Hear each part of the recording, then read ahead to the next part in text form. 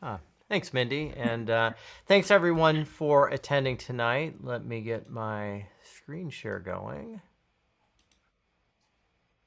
And Mindy, if you can just confirm, can you see my screen showing? And Yes, I can.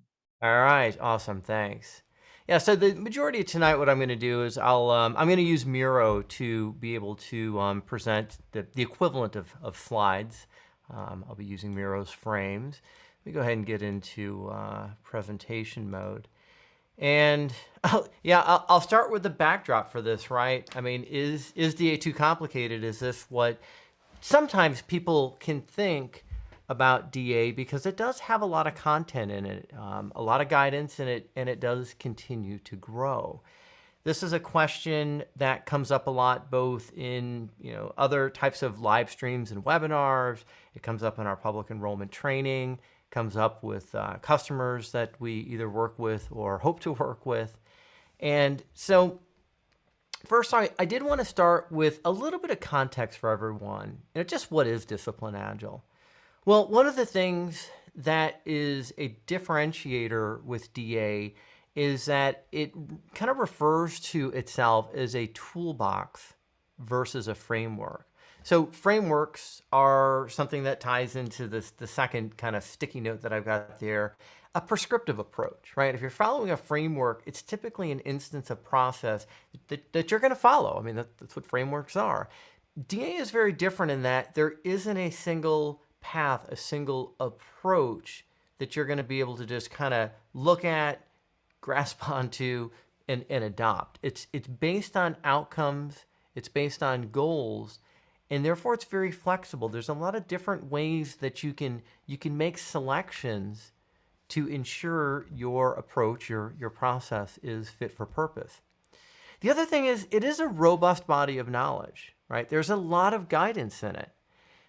That's a bit of a double-edged sword, though. I mean, that's partly why sometimes the perception of DA is that it can be very complicated. It can be very overwhelming. It can feel very heavyweight. And hopefully by the end of today, you'll have a little bit more insight into why it's perceived that way. And hopefully you'll draw the conclusion that it's not.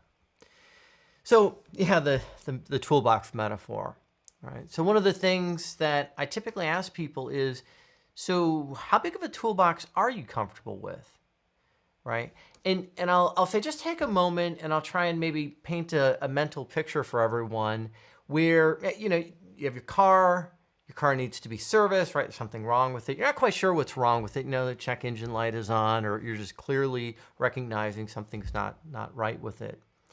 And you bring it in for service, right? Whether you bring it into a car dealership or a professional independent mechanic.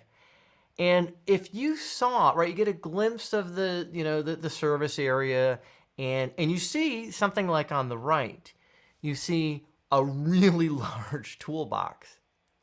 Would that make you uncomfortable? Would you think, oh my gosh, right? I'm not going to have this mechanic work on my car. Look at the size of the toolbox. What the heck are they going to do to it, right? Would you leave and maybe look for a mechanic that has a toolbox, maybe a toolkit, over here on the left, right? I mean, that looks like the first set of tools I got when I was quite young. I've since grown, not maybe to this big, the big blue toolbox there, but I have a pretty sizable toolbox because I do enjoy working on cars. But yeah, I mean, would you want to have a toolbox this small?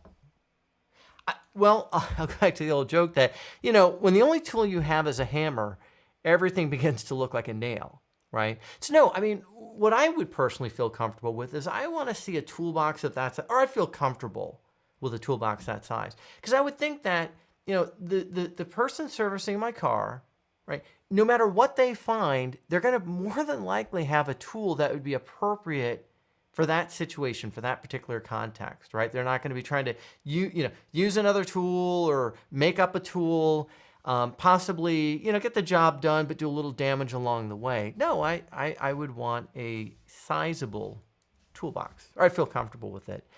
And so now I'm not going to be doing a lot of comparison between Discipline Agile and other popular approaches that that teams and organizations can use. But I am going to do a bit of a comparison with Scrum.